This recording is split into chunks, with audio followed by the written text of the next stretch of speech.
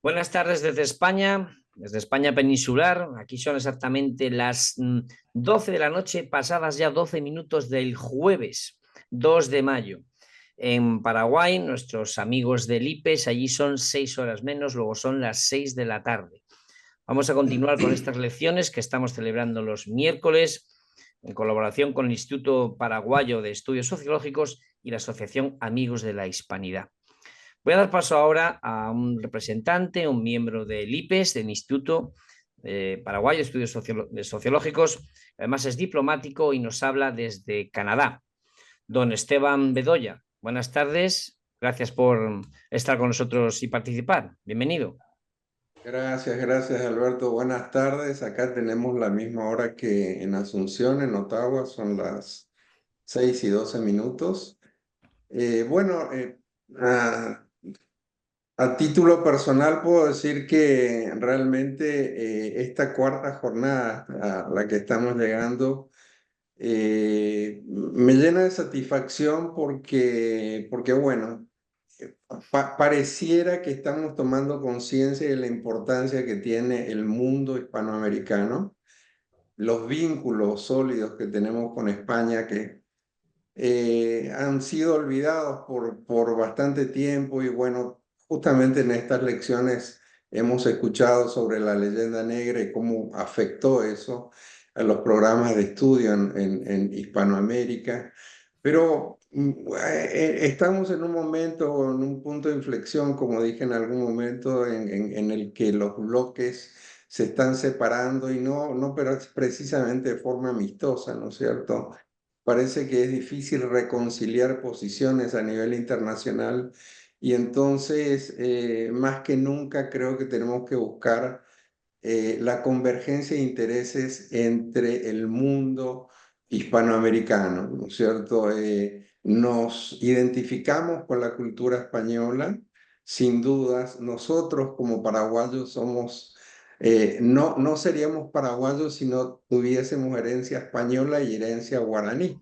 O sea, si fuésemos solamente guaraníes, seríamos guaraníes, y si fuese solamente una herencia española, seríamos españoles. Los paraguayos tenemos esa particularidad, esta cultura tan fuerte presente de parte guaraní, tanto como española, ¿no es cierto? Eh, Me parece que justamente este tema que vamos a tratar hoy, o que va a tratar, mejor dicho, el profesor Juan Carlos Palacio, es de vital importancia porque las misiones jesuitas o jesuíticas en el Paraguay han dejado una marca indeleble en nuestra historia, y nos podemos reconocer a través de la cultura, del patrimonio que heredamos de ese experimento, se puede decir. Fue más que un experimento porque obviamente se llevó a la práctica, ¿no es cierto? Y bueno, entonces me gustaría escuchar al profesor Juan Carlos Palacios porque estoy seguro que va a venir a reforzar los conocimientos que podemos tener, algunos más que otros, pero que según pude leer en las conversaciones en el grupo, hay un interés inmenso en el tema y hay muchos conocedores sobre el tema. Entonces eso puede generar también una charla muy enriquecedora. Así que bueno, sin más, invito al profesor Juan Carlos Palacios a comenzar la lección. Pues dicho queda, don Esteban, profesor Juan Carlos Palacios, que nos habla desde Salto, Uruguay, y nos va a hablar sobre su excelente libro Historia y herencia guaraní misionera. Adelante, don Juan Carlos, cuando quiera. Bueno, buenas noches, un saludo para todos. Un gusto estar acá y un honor también el haber sido invitado a esta rueda en la que estoy seguro que me voy a enriquecer mucho también. Eh, Cuando me llegó la invitación, les dije que había en la región gente que hacía muchos años que venía trabajando, y que yo en fin, no me considero un historiador, sí un estudioso del periodo de las misiones jesuíticas. Interés que comenzó en el año 1982, cuando transitando por el estado de Río Grande do Sul, en Brasil, con mi señora, con mi familia, vimos a mano derecha un cartel que decía Misiones Jesuíticas 20 kilómetros. Como íbamos con tiempo, entramos por ese polvoriento camino que hoy está asfaltado y nos encontramos con unas monumentales ruinas cuya existencia desconocíamos totalmente. Hoy cuando el señor Bedoya habló sobre la leyenda negra, y yo digo, la leyenda negra tiene varias capas, vamos a decirlo, porque la leyenda negra también se ocupó de ocultar esta historia. En todos los años de primaria que hice, nunca se mencionó a los guaraníes, nunca se mencionó a las misiones jesuíticas, y cuando realicé secundaria, apenas una página del libro de historia, ¿verdad? Pero todo el protagonismo, toda la importancia, la dimensión de esa experiencia increíble que todos los días nos sorprende un poco más, y toda la gravitación que tuvo esa población guaraní misionera que se dispersó por nuestro territorio, de eso nunca se habló, nunca se habló. Y precisamente una de las cosas que creo que aporté en este libro, que tuve como la necesidad de escribirlo, porque era tanta la cosa que venía acumulando, una de las cosas que menciono es que el ejército de nuestro máximo héroe nacional, José Artigas, cuyos monumentos están en cada una de las capitales departamentales y plazas y demás, el ejército de él estaba fundamentalmente integrado por guaraníes misioneros. Porque una de las cosas que él quiso hacer fue, puso en marcha nuevamente los cabildos de las misiones jesuíticas integrados únicamente por indios. Pero bueno, no me quiero adelantar, el tiempo es corto, porque esto uno se pone a hablar y pasa horas hablando.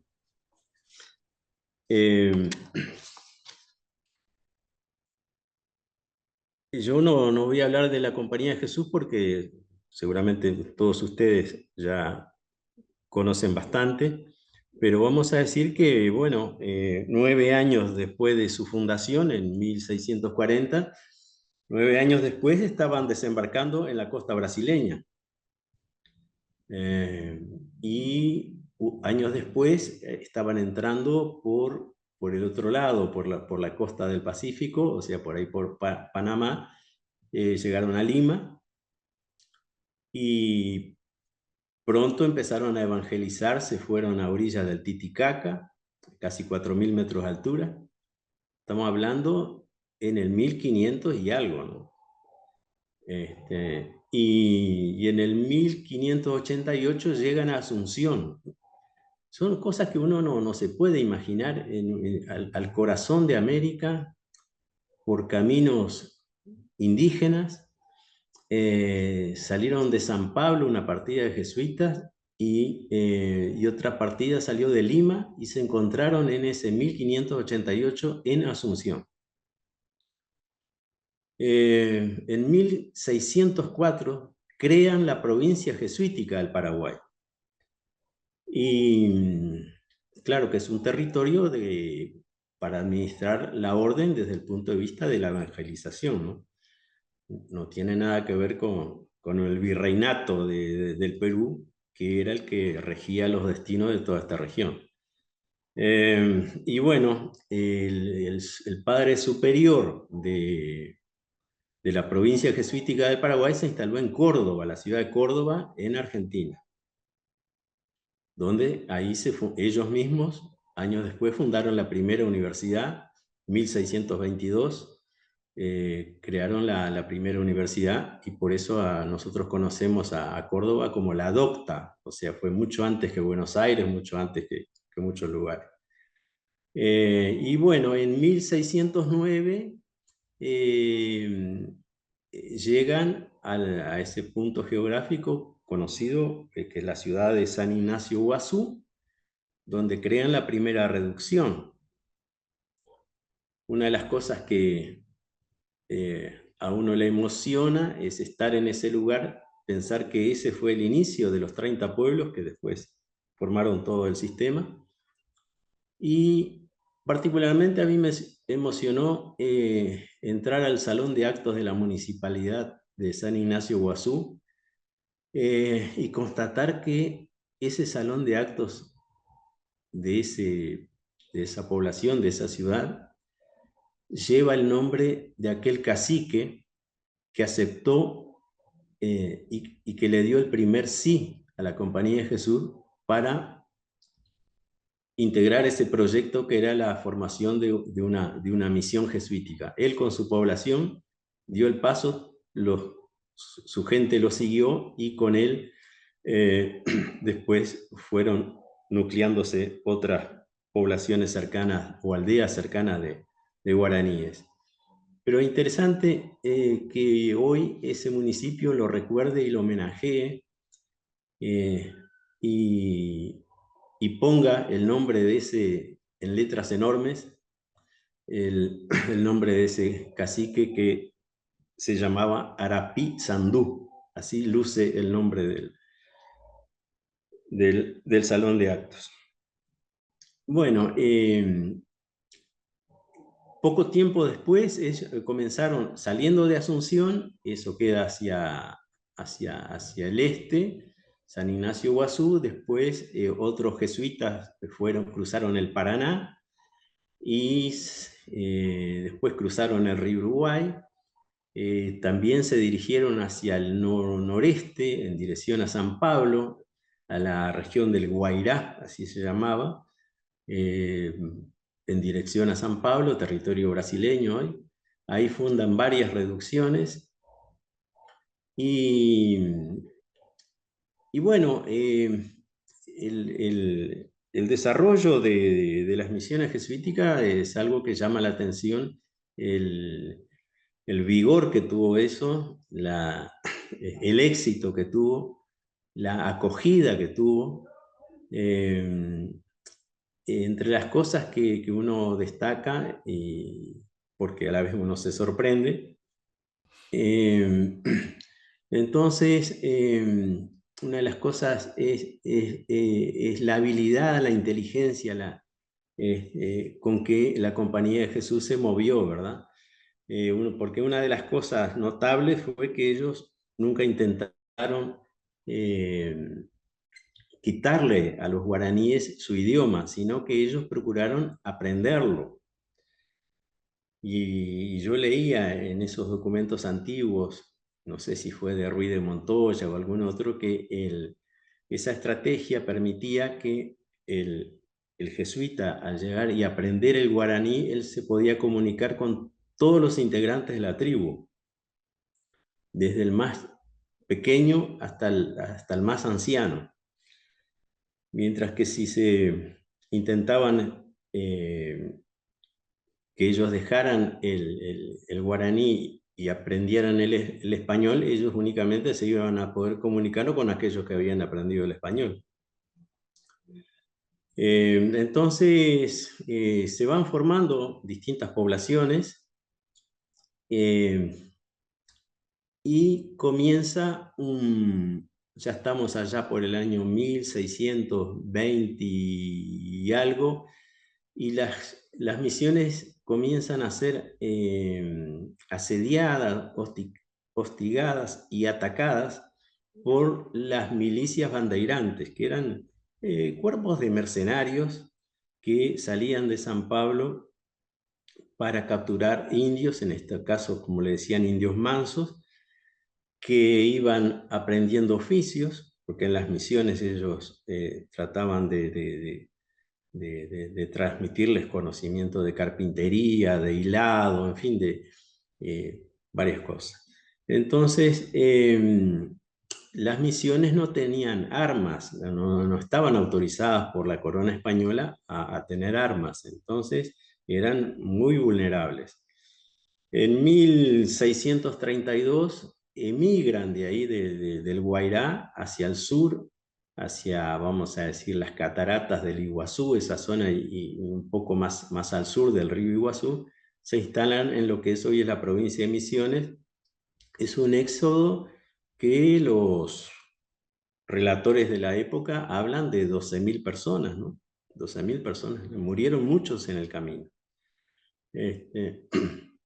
Abandonaron sus tierras y huyeron porque eran implacables las milicias bandeirantes. Entonces la Compañía de Jesús, reunida en Córdoba, resuelve nombrar a uno de los sacerdotes para que fuera a España y pidiera autorización a la corona española para que ellos pudieran armarse. Antonio Ruiz de Montoya fue el encargado. Y bueno, que nos dejó varios libros riquísimos. Él mismo fue el que logró, no sé, debe haber alguna palabra más adecuada, pero digo, la que yo tengo es desentrañar el guaraní. Entonces, de esa manera, ellos mismos pudieron empezar a escribir libros en guaraní. Y bueno, la corona española le autorizó en 1640, volvió a Lima con la autorización. Eso se comunica a Córdoba. Entonces las misiones crean sus milicias, son ayudados por algunos oficiales del ejército español que estaban en Buenos Aires, y algunos de los jesuitas también habían sido militares. Y bueno, y se preparan convenientemente. Pueden usar armas de fuego. Y cuando llega la noticia a San Pablo de que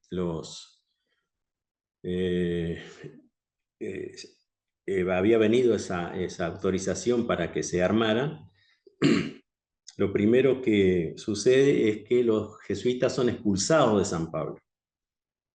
E inmediatamente se forma un ejército de varios miles, se habla de 3.000, 4.000 elementos que bajan hacia las misiones. Es una marcha de varias semanas, ¿verdad? Pero la intención era terminar definitivamente con este proyecto, y se encuentran con una población guaraní organizada militarmente. Se produce en aguas del río Uruguay, que es el río que pasa aquí junto a mi ciudad. O sea, en este momento está un poco crecido el río, pero nosotros diariamente, el agua que cruza de acá viene de las Misiones, viene de Brasil. Y bueno, por este río habían descendido embarcados los bandeirantes, y se encuentran con la resistencia guaraní en un lugar que se llama Mbororé. Entonces se produce una batalla que tuvo una duración de 5 días, que es la primera, se define como la primera batalla fluvial en toda América. Y comienza embarcados y después pasan a tierra y continúan, ponen en fuga a los bandeirantes, sufren una derrota terrible, los bandeirantes, y algunos de ellos logran llegar a San Pablo para contar lo que les había pasado.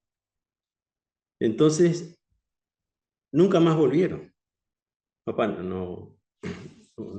aquello se tranquilizó, y las misiones empezaron a vivir un momento de estabilidad, de crecimiento, de desarrollo.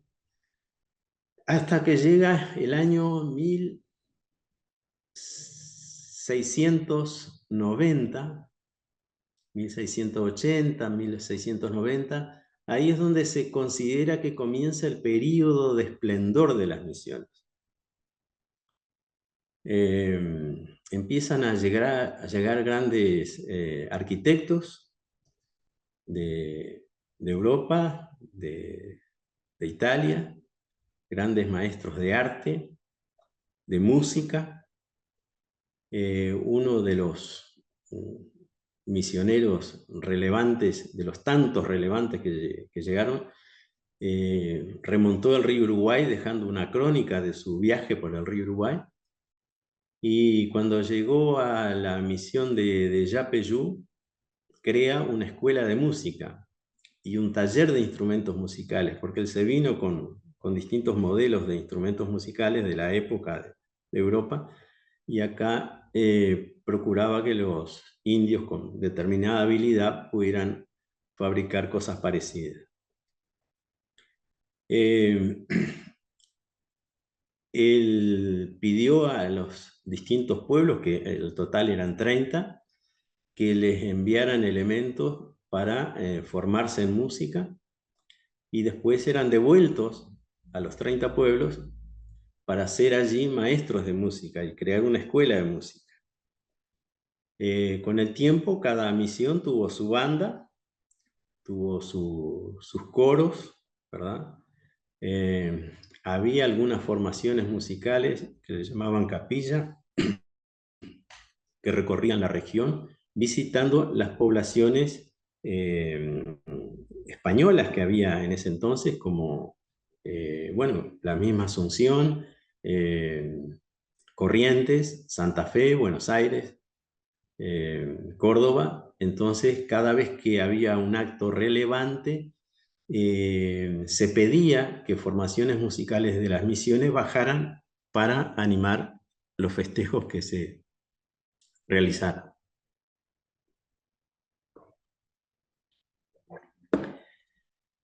Le decía que en total se formaron 30 pueblos. Cada pueblo podía tener hasta 5.000 habitantes aproximadamente. Ese era un tope que tenían. Y 7 de esos pueblos estaban en la parte occidental del río Uruguay, o sea, hoy Río Grande do Sul. 15 entre las provincias de Corrientes y Misiones de Argentina. Y 8 en territorio paraguayo. Ahí suman los 30 pueblos. El destino de toda la provincia jesuítica del Paraguay, que así se llamaba, estaba en manos del padre provincial que estaba en Córdoba. Y el destino directo, o sea, la autoridad principal de las misiones, que estaba subordinado al provincial, era el padre superior que estaba en la ciudad de Candelaria, ahí junto al río Paraná. Cada 3 años esas autoridades se renovaban. Venía otro sacerdote de las misiones y sustituía al que estaba. El padre superior tenía varias tareas, ¿verdad? Él tenía que visitar al menos 2 veces al año cada uno de los 30 pueblos, estar varios días ahí, 3, 4, 5 días, lo que él consideraba necesario. Y lo que procuraba era velar por la uniformidad de las misiones.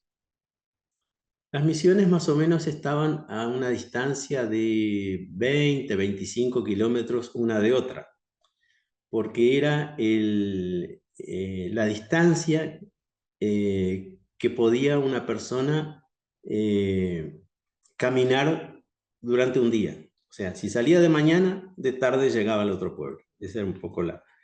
Entonces, las distancias eran más o menos esas. Bueno, vamos a ir mirando alguna imagen que me va a ayudar un poco a esta conversación. Esta es la misión de San Miguel en Brasil. Es uno de los 7 pueblos de las misiones orientales. Esta cruz es conocida como la Cruz de Caravaca, ¿verdad? Es un emblema que han venido adoptando en general todos los pueblos de las misiones. En el trébol de acceso a cada uno de los 7 pueblos de las misiones orientales que están en Brasil: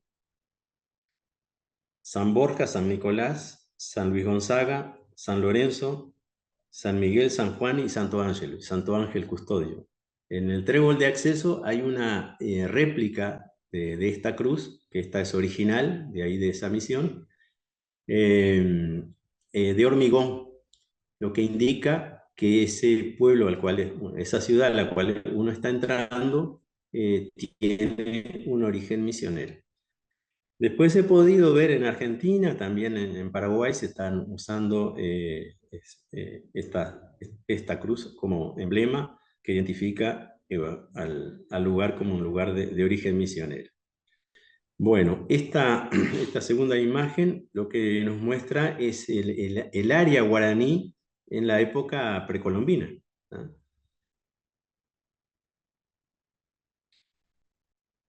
Estas son las rutas de llegada, ¿verdad? Para allá por Panamá se llega a Lima, y acá por este otro lado, por el Atlántico, se llegaron los portugueses en línea verde, y en la línea amarilla penetran ahí por el Río de la Plata. España crea en 1535 el Virreinato del Perú, y Portugal crea la Gobernación General de Brasil en 1548.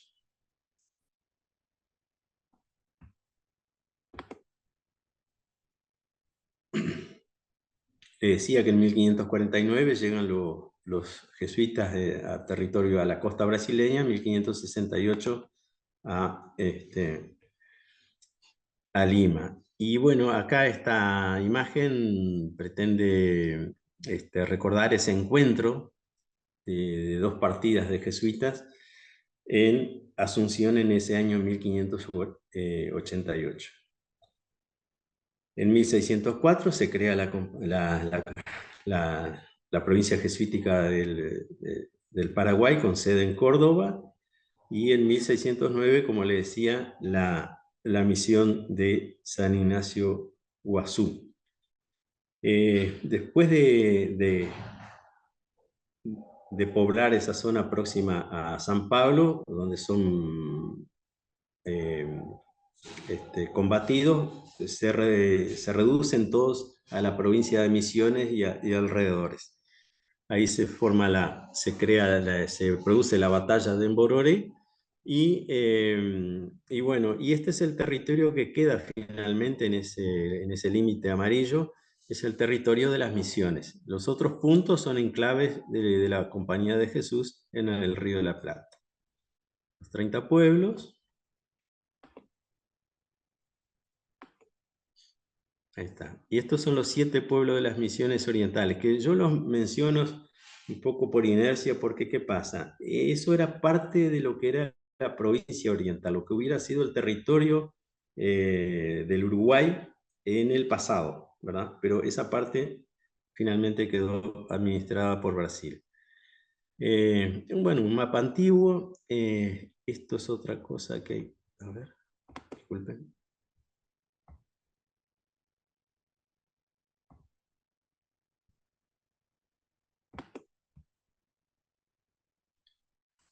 Esto es un plano de las misiones. Eran todas iguales, ¿verdad? Estaba la iglesia, a un lado el cementerio, al otro lado la residencia de los sacerdotes, el colegio, los talleres, las casas de los caciques estaban alrededor de la plaza, así como estaba el cabildo también, porque otro elemento que yo no mencioné es la existencia del cabildo, que estaba integrado por los caciques. Eso es una cosa interesante, o sea, ellos, al ver la condición de liderazgo que tenía cada uno de esos elementos conocidos como el cacique, aprovecharon eso y los invitaban a ser miembros del cabildo. Y bueno, en cada población había 2 jesuitas, y había un cabildo. Entonces ahí se administraban los bienes, se impartía justicia también, o sea, a la escuela donde se enseñaba el guaraní, se le enseñaba a leer y escribir el guaraní. Ahí está, en esa línea verde, está el área de las misiones, que era un territorio enorme, ¿verdad? Donde están los 30 pueblos. Pero fuera de eso se extendía el área de producción ganadera, que también estaba administrada por la Compañía de Jesús. La línea verde punteada indica la trayectoria que hacía una embarcación que venía desde España, penetraba el río de la Plata y ahí remontaba el río Uruguay o el río Paraná. Pero el río Uruguay era la principal fuente de salida hacia Buenos Aires y hacia el mundo, ¿no? Claro que para llegar a España primero tenía que desembarcar en España, en Buenos Aires, donde había un puerto adecuado, y ahí estaban las embarcaciones de ultramar, vamos a decir. A ver, seguimos entonces.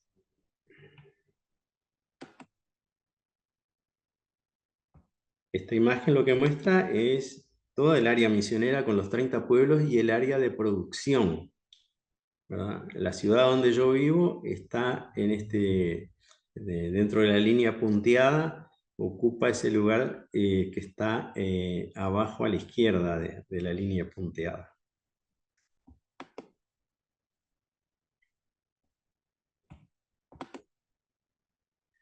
Bueno, y acá vemos una imagen que es un testimonio del periodo de esplendor de las misiones.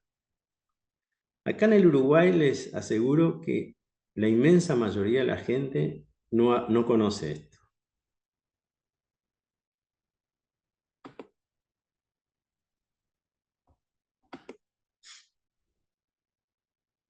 Esta es la misión de Trinidad en Paraguay.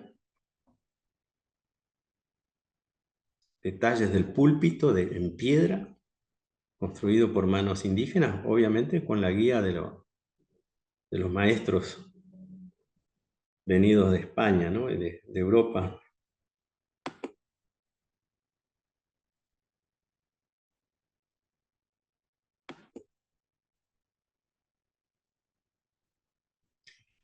Uno mira esto y muestra, y mucha gente que nunca lo vio puede creer que esto es una imagen de Roma o de Atenas, pero nunca de unas ruinas, de unas misiones que están acá en territorio paraguayo. Una de las cosas notables, bueno, fue justamente la creación de una imprenta. La primera imprenta que hubo en toda esta región del Río de la Plata estuvo en las misiones jesuíticas. Han sobrevivido algunos ejemplares de los libros que fueron impresos en las misiones, que eran, obviamente eran libros religiosos, pero traducciones de libros impresos en Europa, originales estaban en español o en alemán o en algún otro idioma, y eran traducidos al guaraní para que la población de las misiones lo pudiera leer.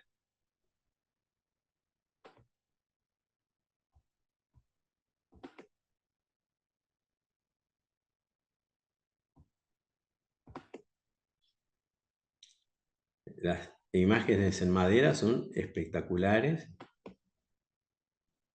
Cada población, cada pueblo tenía su reloj de sol. Y esto es un capítulo aparte. Este es una imagen del lunario. Permítame.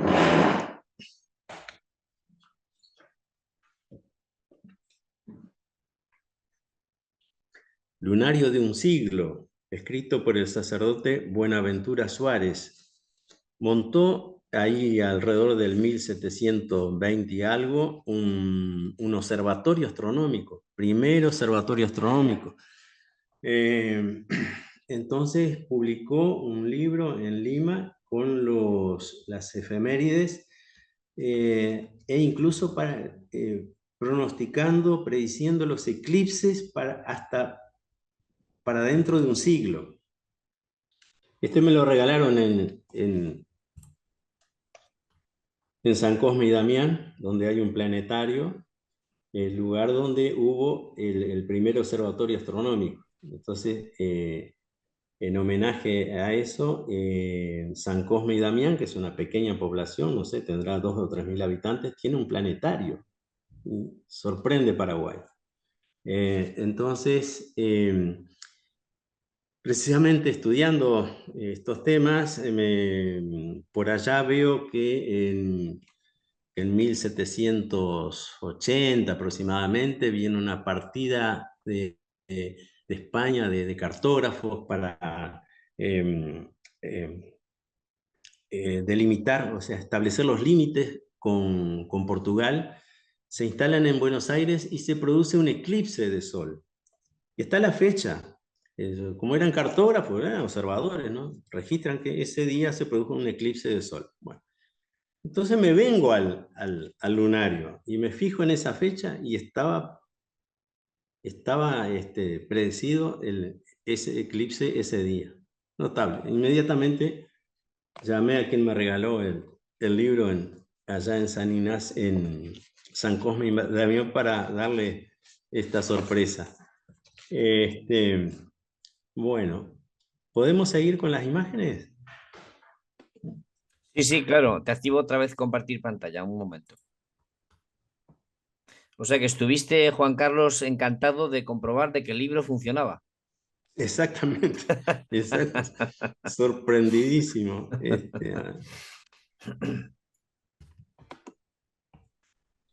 Escrito más o menos en el 1740, ¿no? Ya estamos viendo otra vez las imágenes del lunario. Perfecto. Bueno, estas imágenes yo las tomé de internet porque no sabía lo que era un Ravel, ni una tiorba, ni un bajón, ¿no? Entonces, lo interesante es un poco lo que uno pudo constatar.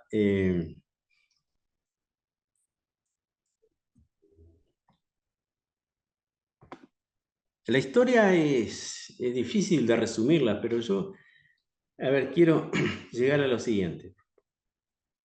En 1750, la corona española firma el Tratado de Madrid con Portugal y cede en ese momento a los apetitos de Portugal. O sea, le entrega el territorio donde estaban los 7 pueblos.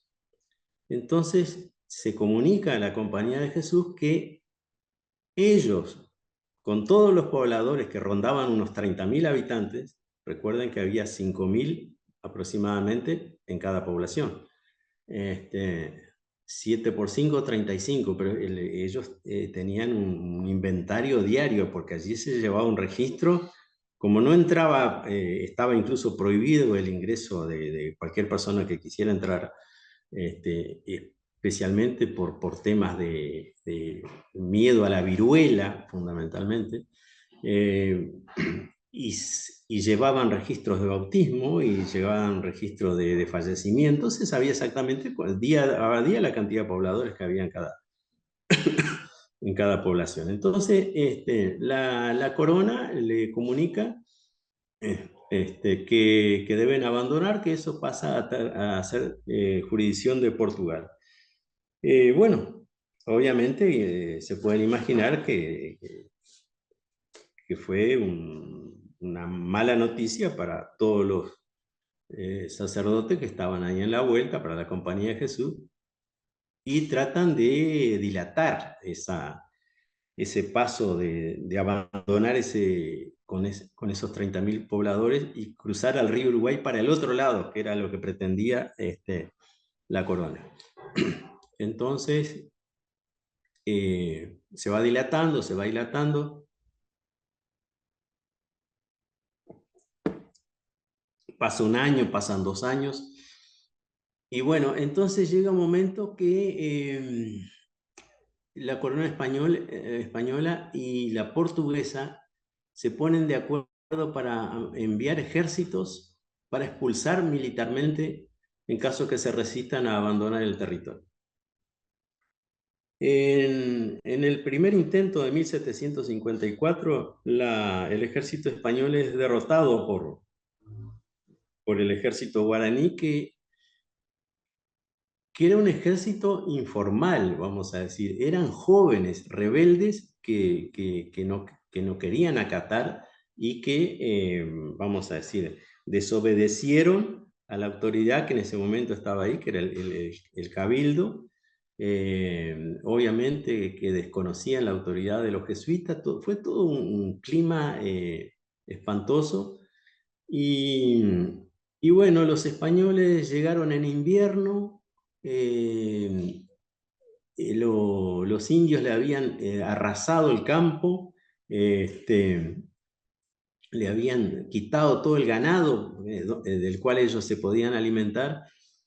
Le fue muy mal a los españoles y bueno, hubieron algunas escaramuzas, se volvieron para Buenos Aires. Y el ejército portugués, al ver eso, se retrocedió también y no. Uno lee los documentos del general brasileño y como que da la impresión que él no tenía ganas de que se produjera eso, de que las misiones fueran ocupadas por Portugal. Entonces, 2 años después, vuelven mejor organizados, los dos ejércitos marchan juntos, se produce, había un líder guaraní, Sepeti Arayú, un elemento joven, y en una primera escaramuza le impiden el cruce sobre un río, van a cruzar ambos ejércitos por un paso natural, que eran los lugares donde se pasaban, los pasos naturales, ¿verdad? Conocidos. Ahí estaban los guaraníes apostados, no les permitían pasar, le tiran algunos tiros de cañón y al rato ven que huyen los guaraníes, y cuando el ejército español se acerca, constata que ese líder, que Sepeti Arayú, estaba herido. Entonces el gobernador de Montevideo, José Joaquín de Viana, que integraba la plana mayor, le realiza un tiro de pistola y lo elimina ahí. Revisan sus ropas y lo que encuentran en las ropas de Sepeti Arayú es un libro de oraciones. Es lo único que encuentran. Bueno, avanzan el ejército guaraní y el ejército español y portugués hacia las misiones, ingresan a las misiones, relatan ellos mismos, los cronistas españoles, que era el llanto continuo de las madres, y se produce una batalla donde mueren 1200 guaraníes y mueren 3 o 4 españoles y 1 o 2 portugueses. Ese es el saldo Fue una masacre que después así lo relata Pedro de Ceballos cuando aparece acá en escena e informa al ministro de Guerra de España que aquello no honraba para nada a las armas españolas, sino que aquello había sido una terrible masacre. Entonces, pocos tiempo después, 3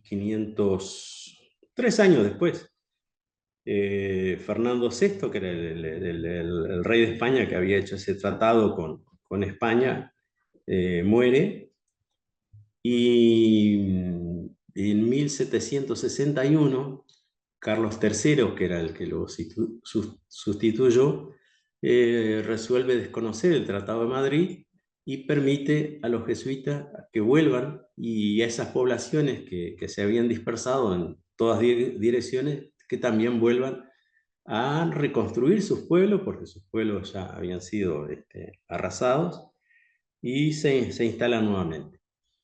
El tema es que eso estoy hablando de 1761, pero en 1767 la corona, el rey de España resuelve expulsar a la Compañía de Jesús de España y de todos los territorios españoles de ultramar.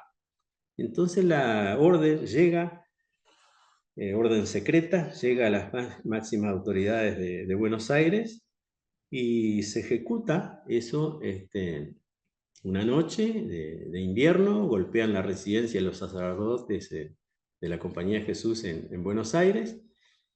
¿Quién es? El ejército, le abren la puerta y dicen, bueno, están todos presos, quedan todos detenidos. Lo mismo pasó en Montevideo, en Córdoba y en todas las ciudades de acá donde había residencia los jesuitas. Son embarcados, son llevados a España y de ahí después son definitivamente llevados a Italia. Y las misiones quedaron para atrás. Las misiones supieron que iban a ser expulsados también, pero eso se concretó en el invierno siguiente. O sea, el invierno para nosotros es junio, julio, agosto, ese es el invierno. Entonces, se organiza en Buenos Aires una expedición. Precisamente acá en Salto estaban los restos de un campamento militar español fortificado que fue acondicionado para servir de cárcel, porque de aquí partieron 5 grupos de militares para llegar a cada uno de los 30 pueblos y ahí detener a los jesuitas de cada uno de esos pueblos. Entonces de ahí los traían por el río Uruguay, los dejaban detenidos acá en este fuerte y de acá después eran embarcados para Buenos Aires para después ser deportados a España e Italia. Pero una de las cosas interesantes es que se hace un inventario de cada uno de esos pueblos. Es un inventario absolutamente minucioso, donde, por ejemplo, una azada o un pico o una pala lo tiene el indio tanto, lo tiene el indio tanto, lo tiene el indio tanto. Todos los elementos que estaban en la iglesia, la vestimenta de los curas, tantas estolas, tanto ropas de este color, de este otro color, vestimentas para los periodos de las fiestas patrias que se conmemoraban, el cumpleaños del rey se celebraba acá en la fecha. Y bueno, entonces las misiones quedaron sin la conducción de los jesuitas y fueron sustituidos por otras órdenes, se repartieron las misiones en 3 o 4 órdenes, 3 órdenes creo que fueron, pero pasaron a ser administradas en otro régimen, o sea, la autoridad en cada uno de esos pueblos era española, ¿verdad? Entonces se empezaron a producir de todo tipo de desavenencias y al poco tiempo la gente empezó a irse de esos pueblos, porque ya no existía aquel sistema que aseguraba la alimentación de las poblaciones. Durante el periodo de los jesuitas, cada familia tenía una porción de tierra, pero a la vez había una porción general para toda la población. El Tupambaé era las tierras de Dios o las tierras para toda la población. Ahí tenían que ir a trabajar para producir para la población. Y después cada uno, cada familia tenía, formaba parte del sistema de la Bambaé, donde era una pequeña porción que producían para ellos. Pero, ¿qué pasa? La producción general permitía, por ejemplo, asegurar en graneros alimentación para los periodos de escasez. Cuando habían grupos que iban a viajar, tenían que llevar sus alimentos. Había un hogar de viudas, un hogar de ancianos, un hogar de niños huérfanos en cada una de las poblaciones. Y bueno, O sea, en el periodo de esplendor, alguien, algún visitante ilustre de Europa aseguraba que el nivel de vida de los pobladores de las misiones era superior al nivel medio del poblador de Europa de ese momento.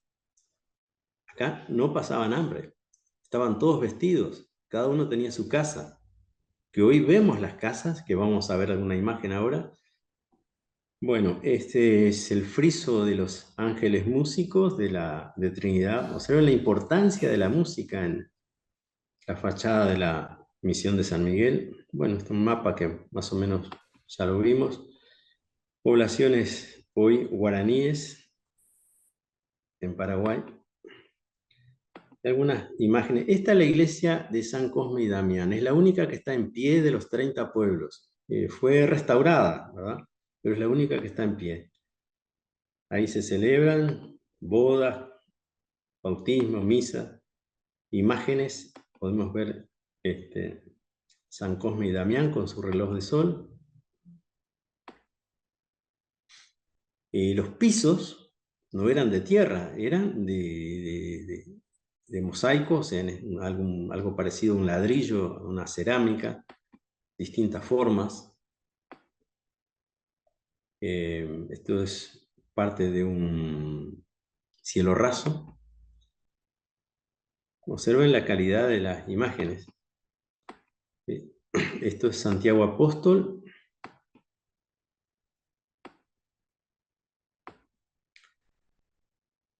Sillas de la época, sillones de la época. Todo realizado por manos guaraníes, conducidos por los maestros que venían de Europa.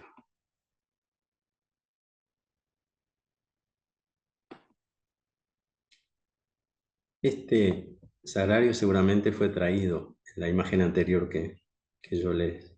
pero está en uno de los museos. Esta es la única capilla que está en pie de las misiones, también está en Paraguay, en Santa Rosa, y una de las cosas notables que tiene es que conserva en sus paredes los únicos frescos que hoy podemos ver de la época. Deteriorados, pero uno se hace una idea de lo que sería.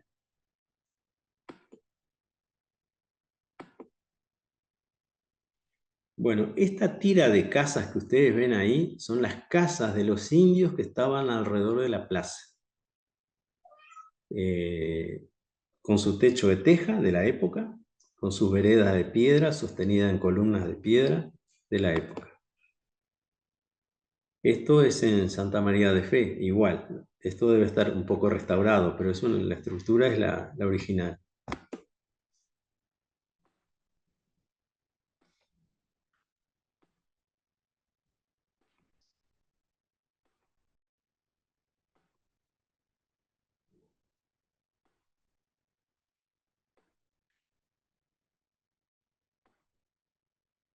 San Ignacio Guazú, todas son construcciones de la época, ¿verdad?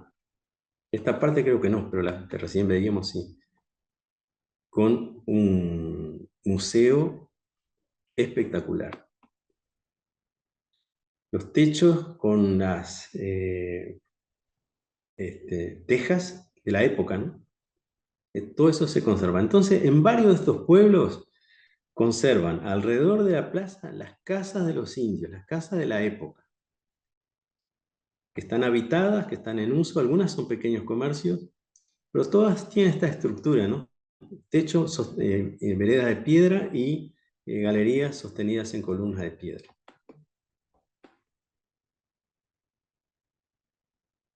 Imagen de San Ignacio.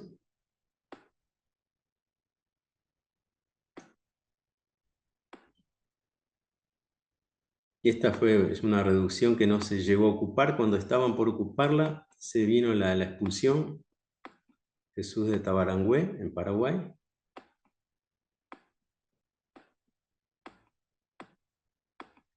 Y imágenes de Trinidad, imágenes nocturnas, la visita que se hace de noche.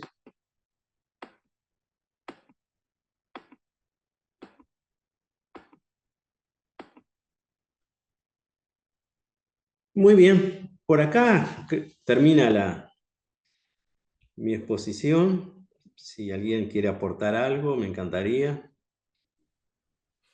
Pues excelente, Juan Carlos. Todo lo que nos has contado y nos estás descubriendo un mundo, al menos para mí, fascinante. Y me imagino que para la mayoría de los asistentes, alumnos que están hoy en la sala. Yo te quería hacer una pregunta rápida y luego te leo otras que tienes en el chat de lo que te han ido haciendo nuestros discentes, nuestros alumnos. ¿Por qué escogiste ese título al libro? Bien, una pregunta muy interesante. ¿Por qué? Porque nosotros en gran medida corre por nuestras venas sangre guaraní. O sea, los estudios a nosotros siempre nos identifican con los charrúas, por la garra charrúa, por todo aquello.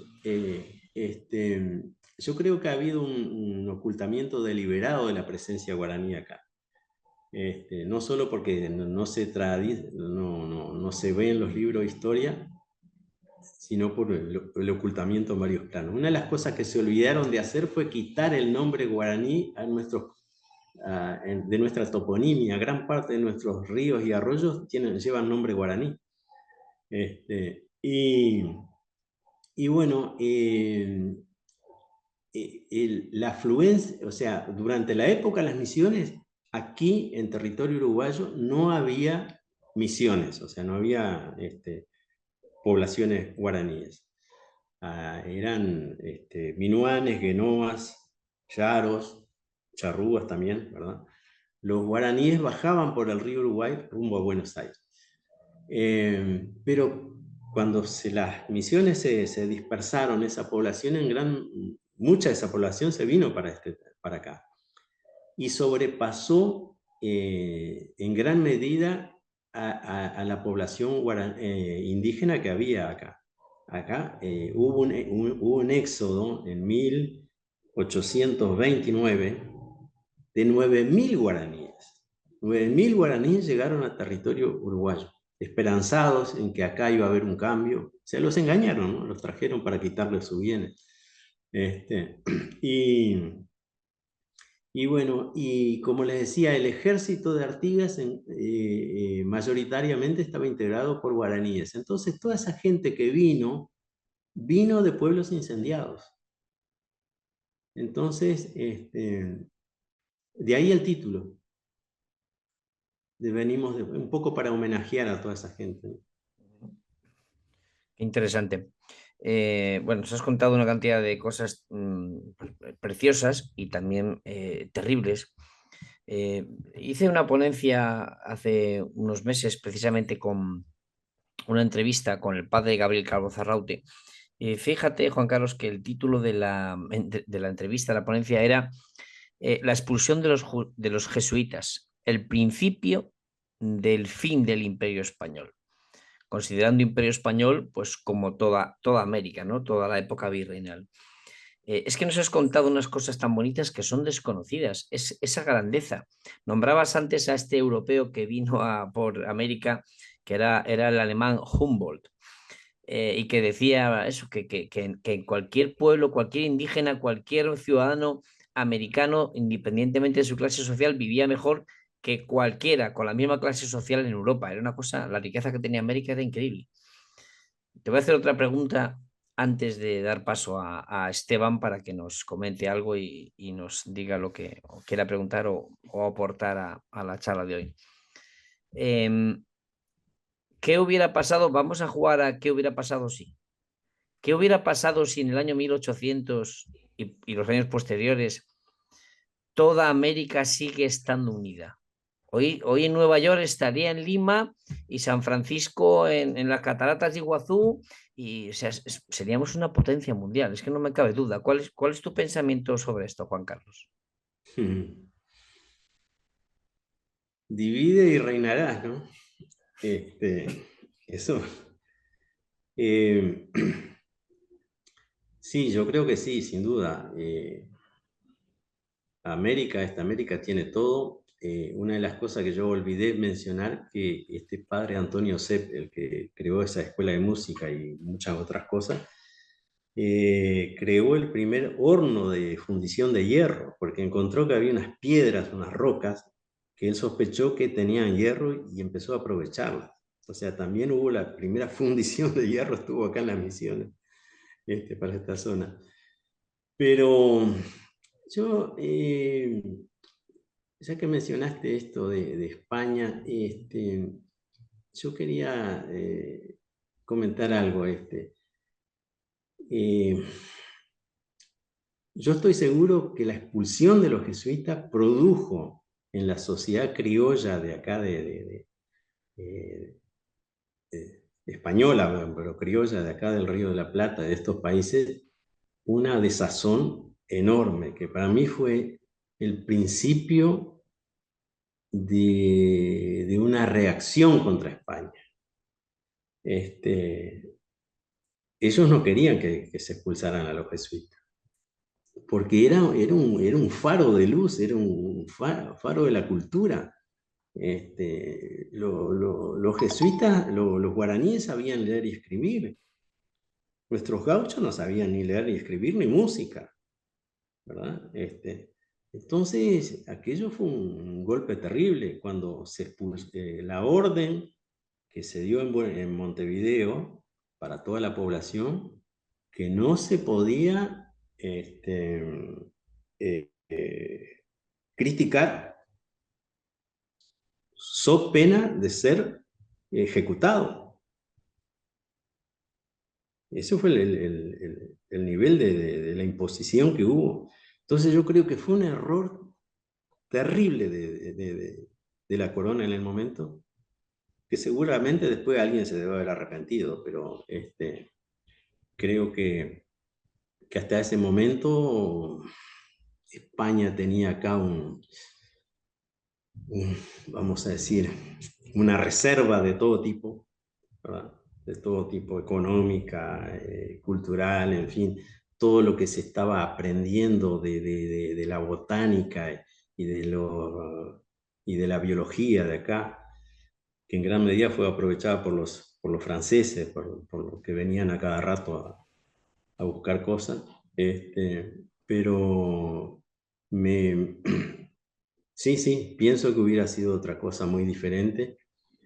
Y bueno, quién sabe si en algún tiempo no tendremos capacidad de reflexionar y reaccionar y empezar a funcionar de otra manera, ¿verdad?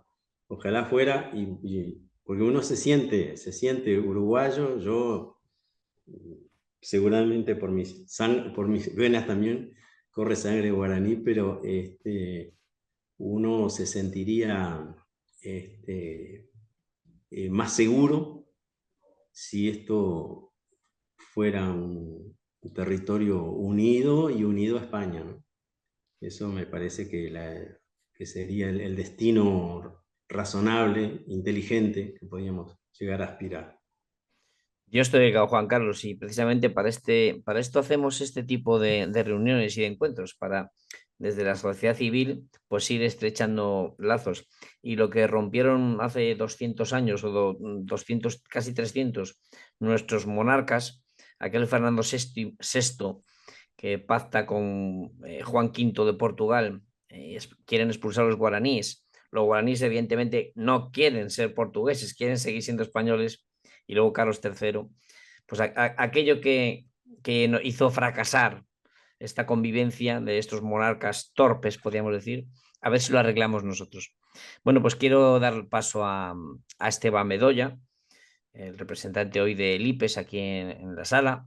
Y bueno, pues adelante, don Esteban, diga lo que tenga que decir. Gracias, Alberto. Realmente disfrutando esta lección del profesor Palacios. Y cuando hablaba del tema de la música, bueno, yo puedo comentar una anécdota. Estando en Suiza como jefe de misión, me cupo organizar un concierto del maestro Luis Arán del Paraguay con una camerata italiana.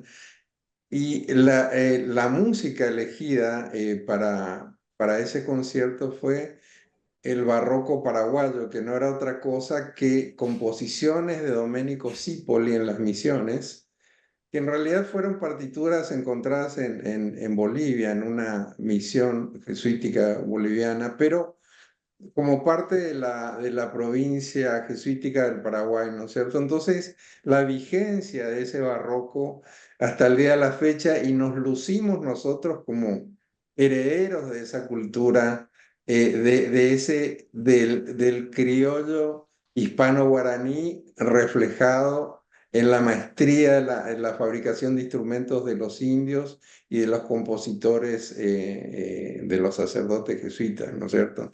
Entonces, para mí eso es una maravilla y cómo se proyecta hasta nuestros días. Y simplemente quería mencionar que creo que está escuchando el profesor Carlos Bedoya, que es un especialista en estos temas y dirige, me parece que el Museo de Santiago en Paraguay tal vez quiera hacer algún comentario o complementar porque es un gran conocedor del tema. Y Pues, obviamente también mencionar a los otros alumnos que hicieron preguntas, que sería bueno si el profesor Palacios las pudiese responder, ¿verdad? sí, ahora se las leo. Pues vamos a darle paso por si quiere intervenir a don Carlos Bedoya. Don Carlos, si Buenas quiere. tardes. Buenas tardes. Gracias a Dios pude hoy participar porque acá es feriado, si no tendría que estar en el aula en la universidad. Un saludo espectacular, Juan Carlos, tu ponencia. Te estamos esperando para la Asamblea de 30 Pueblos. Esteban también, saludos. Eh, Gracias. yo quería recalcar unas cosas. Nosotros, uno de los problemas que tenemos para entender las misiones jesuíticas, la historia de las misiones jesuíticas, es el prejuicio que hasta hoy tenemos.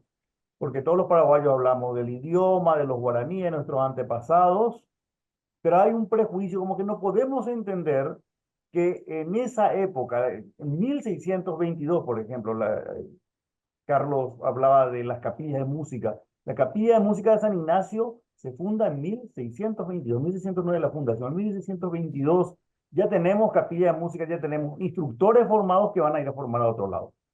Eh, con, eh, con jesuitas que enseñaban teatro, danza, música, todo eso. Son 160 años de una formación con un programa de estudio. Hoy día nuestros países adolecen de programas de estudio. En Paraguay los programas de estudio están dados de una forma que solo Dios sabe lo que un profesor va a dar prácticamente. Y en esa época teníamos Ratio Studiorum 2 como programa de estudio.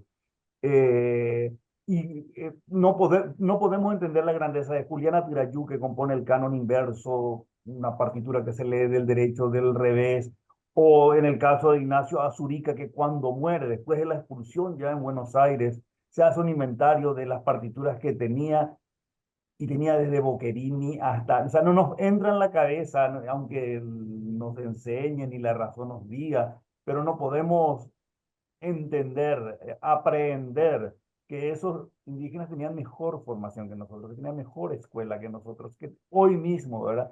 Que un músico paraguayo, yo integro esa capilla, toco el violonchelo, eh,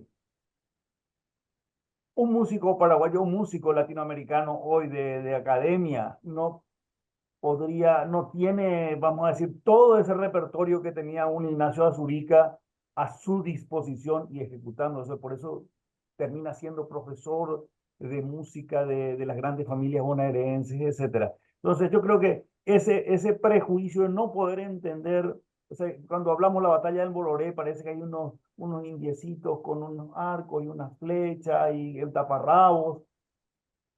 Hay un ejército formado con una malla muy importante, con unas instrucciones que están en las cartas anuas, como por ejemplo, cuando el padre provincial dice todos los domingos después de misa se practica movimientos de guerra y que no se escatime el uso de la pólvora, por ejemplo.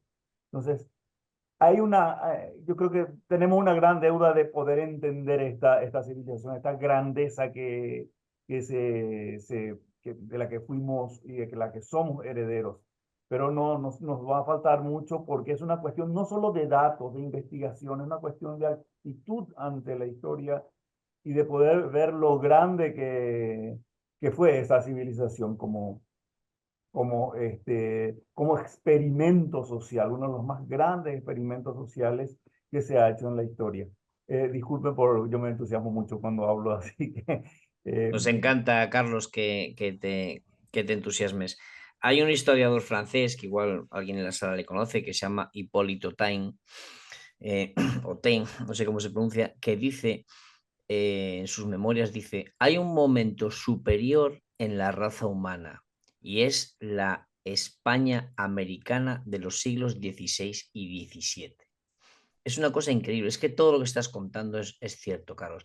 Es que cuando el profesor Juan Carlos me lo podrá corroborar, cuando se expulsa a los jesuitas, los pueblos, los guaraníes, sabedores de que tienen que irse, que van a ser expoliados, que van a ser capturados para esclavizarles con los bandeirantes, es que se llevan miles y miles de partituras y las esconden porque es un legado de siglos, una herencia que, como tú bien has dicho, es que estaban mejor formados que nuestros chavales hoy en día, pero no en América, no en Paraguay, ni en Uruguay, no, en España y en muchos países europeos. Tenían una capacidad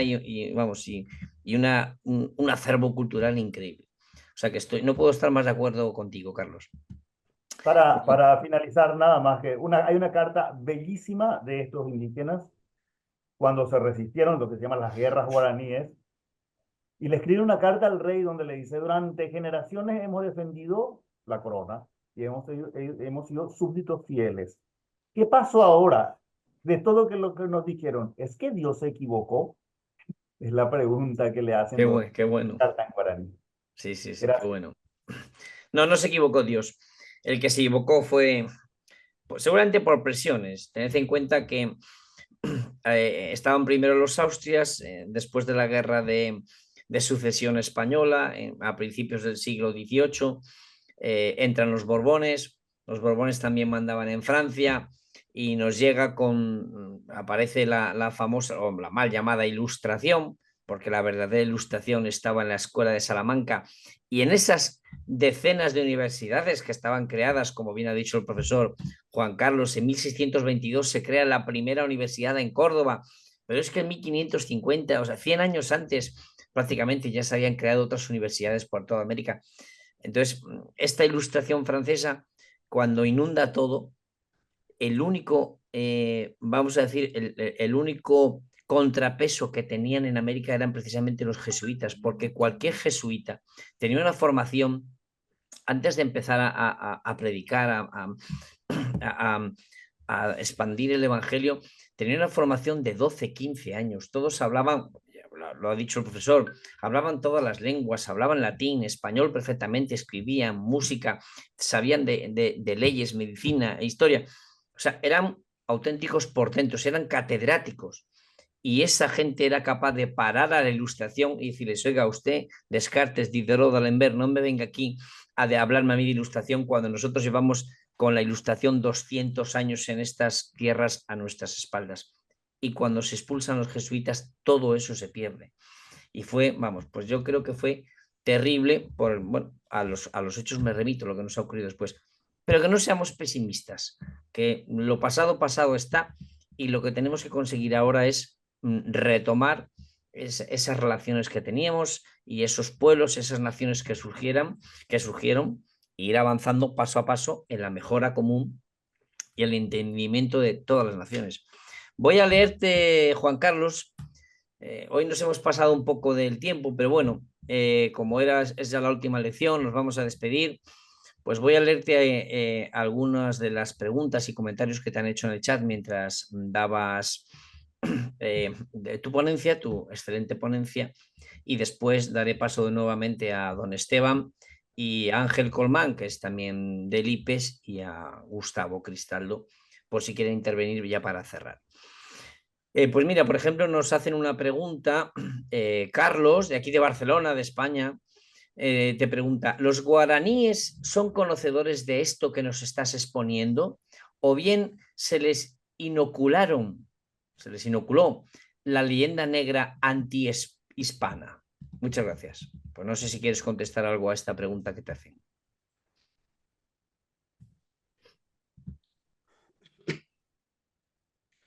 Sí, el tema es así. Seguramente hay algunos millones de pobladores acá en la región que tienen sangre guaraní y no saben que tienen sangre guaraní. Pues yo les explicaba, en los tiempos de la escuela primaria ni se mencionaba a los guaraníes. Pero digo, la afluencia, las oleadas, estoy hablando de Uruguay, ¿no? Las oleadas que hubieron, con las cuales llegaron miles y miles de personas y de familias aquí, superaron en mucho a la población indígena que había acá en esa época.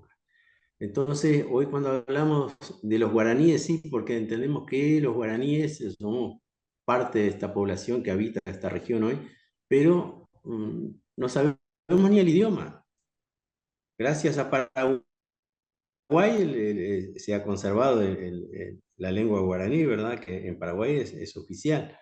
Pero entonces, dentro de esa población de estos países, no creo que haya un conocimiento mayor de lo que pasó, y dentro de las poblaciones que viven aún en las aldeas guaraníes, que son unas cuantas ahí en Paraguay, no sé, pienso que tampoco deben conocer de la historia, ¿verdad?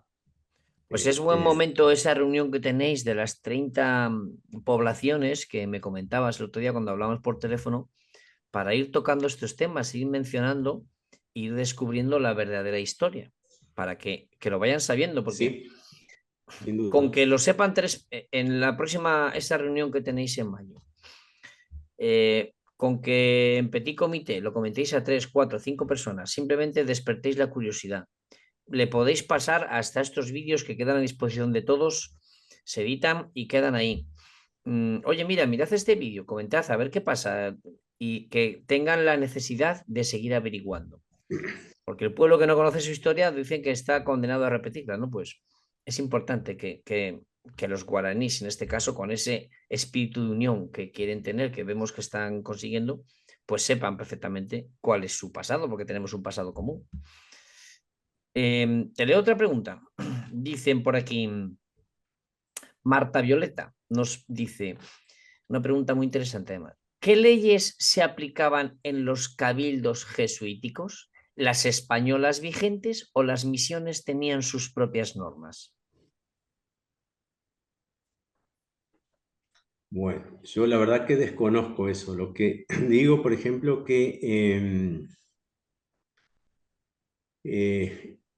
cuando había algún miembro de alguna población que cometía una falta, era castigado por la autoridad del cabildo, y había algunas formas de castigo. Una era en la cárcel, pero a veces podía optar por la cárcel o el castigo corporal. Por lo que he escuchado, aceptaban más el castigo corporal que la cárcel. Y ante una falta grave, muy grave, eran expulsados de esa población. Lo que no existía era la pena de muerte. No existía la pena de muerte. Ahora, esos castigos que venían del cabildo no venían de la compañía de Jesús, o sea, de los miembros de los sacerdotes que estaban ahí, sino miembros del cabildo. No sé si era el corregidor o no sé, alguno había... Permiso, sí. Alférez Real, no sé, tal vez Carlos Bedoya pueda... Sí, está pidiendo la palabra. Adelante, Carlos. Sí, el cabildo funcionaba y legislaba en guaraní. Estaba con un corregidor, un vicecorregidor, estaban los alcaldes, o sea, eran aquellos que se encargaban de la policía prácticamente, y como dijo Juan Carlos, pues también teníamos calabozos, por eso están en los planos, pero hay una legislación interna, o sea que desde cuántos azotes en el caso de la reducción para casos de mujeres embarazadas, etcétera. O sea, era una sociedad donde existían cuestiones que tenían que regularse. Y el cabildo pues tenía sus propias reglamentaciones. Por eso podemos saber algunas de las reglamentaciones, de las legislaciones que se hicieron en la época. Hay una autoridad. Y saliendo del campo penal, porque estamos hablando mucho de los castigos corporales, etcétera, en caso de robo, vigeo, etcétera, pero hay un caso muy interesante cuando la reducción de San Cosme, el sacerdote realmente, la reducción de San Cosme y los artistas que estaban haciendo eso, perdón, de Jesús, con los de Trinidad tienen un encontronazo por quién era el propietario de una calera. Y entonces toda la sociedad se revuelve, le envían una carta al provincial, el provincial está fuera de las misiones, está en Córdoba, y él le remite una carta que le dice, eso es un asunto civil, remítase a su autoridad al cabildo.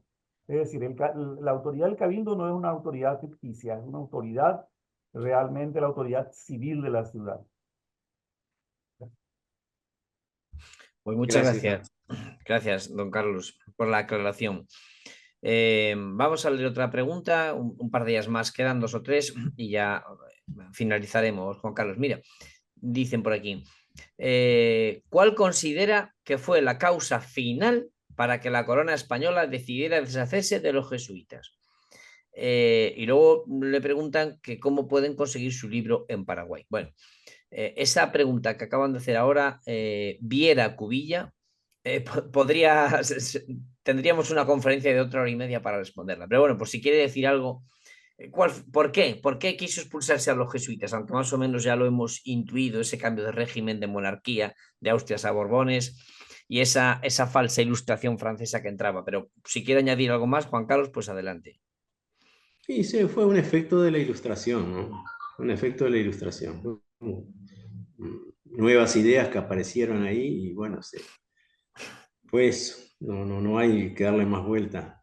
Después puede haber episodios concretos que detonaron la cosa, pero se ve que existía en ese momento un impulso muy fuerte a las ideas. Cada persona quería formar parte de la ilustración, o sea, estar en la cresta de la ola, por decir de alguna manera. Entonces, así que la verdad que, bueno, son cosas de la historia y a veces uno piensa que en estos tiempos a veces se repiten Pues sí, esos episodios. podemos relatarlos y contarlos, pero tampoco ni juzgarlos, porque la historia es la que es y Es no verdad. somos nosotros, no tenemos autoridad suficiente para juzgar lo que hicieron nuestros antepasados. Habría que ponerse en su situación para saber si nosotros hubiésemos hecho lo mismo. Pero es verdad que, vamos, el consenso generalizado es que fue culpa de esa falsa ilustración que ellos querían vendernos, que fue la incipiente, pero luego la Revolución Francesa, en fin.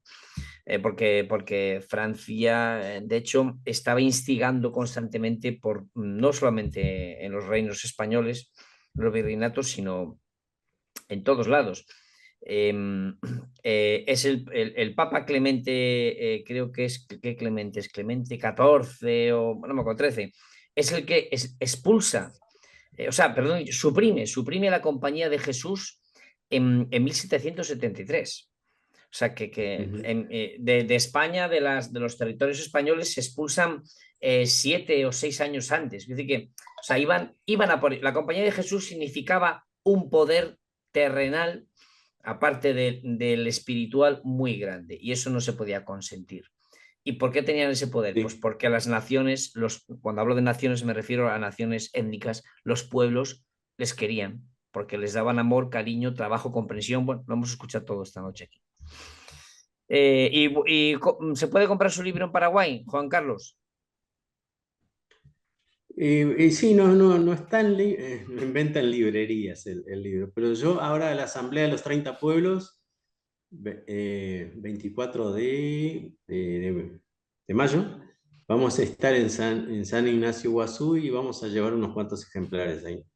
Así que si alguien puede arrimarse, con mucho gusto Bueno. se lo entrego. Y bueno, si no, pueden encargarle a alguien ahí. Un comentario. Están en venta en la tienda del Museo de San Ignacio. Muy bien. Dejó gentilmente Juan Carlos. El día de ayer justamente estuvieron gente del Vaticano, gente de la RAI haciendo 6 episodios de una miniserie sobre este tema, y justamente Juan Carlos llevaron tu libro. Mira. Don Juan Carlos, mire usted qué honor, tiene un libro suyo en la Biblioteca del Vaticano, no lo tiene todo el mundo. Pero sí. Bueno, pues Gloria Molas nos comenta: los guaraníes conocen su historia desde el protagonismo. Hoy en día, aquí en Paraguay, está muy bien organizada la ruta jesuítica, que incluye los siguientes pueblos: San Ignacio Guazú, Santa María de Fe, Santa Rosa, Santiago, San Cosme y Damián, Itapúa, Santísima Trinidad del Paraná y Jesús de Tabarengue. No sé si es Tabarengue o Tabarangüe. Además, las misiones jesuíticas de Santísima Trinidad y Jesús de Tabarangüe, ahora lo he escrito bien, fueron declaradas Patrimonio de la Humanidad por la UNESCO en 1993 y forman parte de las 30 misiones que estableció la Compañía de Jesús en Sudamérica durante los siglos XVII y XVIII. Bueno, pues gracias, Gloria Molas, por este dato. Y ya último comentario para irnos despidiendo. Juan Carlos, nos dice Mateo Cristaldo. Sí,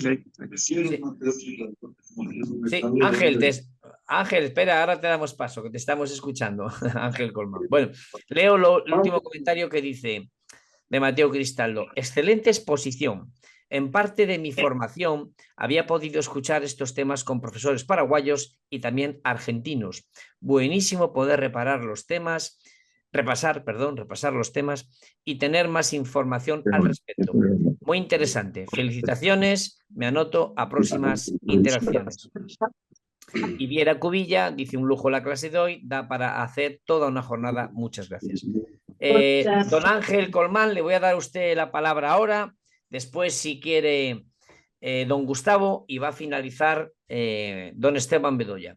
Adelante, don Ángel, buenas tardes. Buenas tardes, noches ya. Alberto, buenas tardes, buenas noches ya para usted, o prácticamente buenos días, ¿verdad? Ya están de madrugada por España. Bueno, en realidad la exposición del profesor Juan Carlos, excelente. Yo creo que fue muy fructífera su intervención. En realidad nos enteramos de muchísimas cosas, a pesar de que en Paraguay nosotros llegamos a estudiar en los colegios, el tema de los jesuitas, su expulsión, la invasión de los bandeirantes, todas esas cosas en realidad nosotros acá en Paraguay manejamos bastante, ¿verdad? Bueno, acá, aparte de agradecerte a vos, Alberto, y también la exposición brillante del profesor Juan Carlos, agradecemos también al embajador Bedoya su intervención. El IPES está muy congratulado de esta serie de conferencias. Pero aparte de eso, acá nuestro compañero del IPES, el profesor Mario Velázquez, quisiera hacer una pregunta, Alberto, si permitís, por favor, ya que estamos un poquito fuera de tiempo, ¿verdad? Pero Adelante. el saludo de parte del IPES a todos los que participaron de este brillante curso, y creo que no va a ser la última porque fue muy fructífera esta serie de conferencias. Un gusto, Alberto, muchas gracias por todo. Estamos siempre a las órdenes acá en Paraguay. Pues muchas gracias, don Ángel, y por supuesto que le permitimos a ese otro componente del IPES que quiere hacer la pregunta. Adelante, que abra el micrófono, o no sé si está ahí con don Ángel. ¿Me escuchan? Sí, le escuchamos. Buenas tardes, noches. Buenas noches, o buenas madrugadas, prácticamente, ¿verdad? Sí, aquí son las 2 menos cuarto de la madrugada, hora peninsular española. Una de las cosas que tenemos como guaraní todavía de herencia es que nos consideramos no dueños del horario, sino dueños del tiempo. Los guaraníes fueron No se le oye muy bien. No sé si don Juan Carlos le está oyendo la pregunta. No logro escuchar. No. Ángel, acércale el micrófono. Si estáis con un micrófono y auricular los dos, acércale el micrófono, por favor. Y es que no le oímos muy bien. Bueno, profesor, muchas gracias. Solamente era alentado por la... Don Juan Carlos, yo no sé si usted ha oído algo. Yo, sinceramente, desde aquí no oía prácticamente nada. A mí Se entrecortaba, oía frases rotas. No sé qué le pasaba al micrófono. ¿Ha entendido algo de lo que le preguntaba o lo comentaba? a mí me imposible, muy entrecortado, sí. Yo pensé que era yo que no escuchaba. No, don Ángel, de verdad, bueno, no es que se entrecortaba todo, se ponía metálico, no hemos sido capaces de entender bien lo que quería aportar. No sé si luego en la grabación, usando la inteligencia artificial, podremos recuperar ese comentario, pero no se oía nada. Bueno, pues para finalizar, yo no sé si Gustavo Cristaldo quiere decir algo y si no le doy la palabra para finalizar a don Esteban Bedoya y que finalice él. Don Gustavo, ¿quiere usted comentar algo? Bueno, creo que nuestro querido vicepresidente Ángel Colmán ya explicitó muy bien los agradecimientos por esta jornada del día de hoy y que culmina este curso sobre hispanidad que lo hemos llevado a cabo. Nuestra primera aproximación es con mucho éxito, lo vamos a evaluar. Agradecerte a ti, Alberto, que has generado todo este tipo de actividades, de darnos la plataforma, a los docentes brillantes. Agradecerle al profesor que hoy lo tuvimos como expositor. En fin, antes de darle a nuestro querido embajador Esteban Bedoya que dé la clausura oficial en representación de nuestro instituto, yo creo que esto tenemos que de alguna manera evaluar. Esteban va a decir algunas palabras en relación al futuro de esto, pero personalmente, muchísimas gracias. Sé que está tu hija allí contigo y bueno, espero que mañana llegue ahora al aeropuerto. Fuerte abrazo, Alberto. Un fuerte abrazo, Gustavo, para Asunción.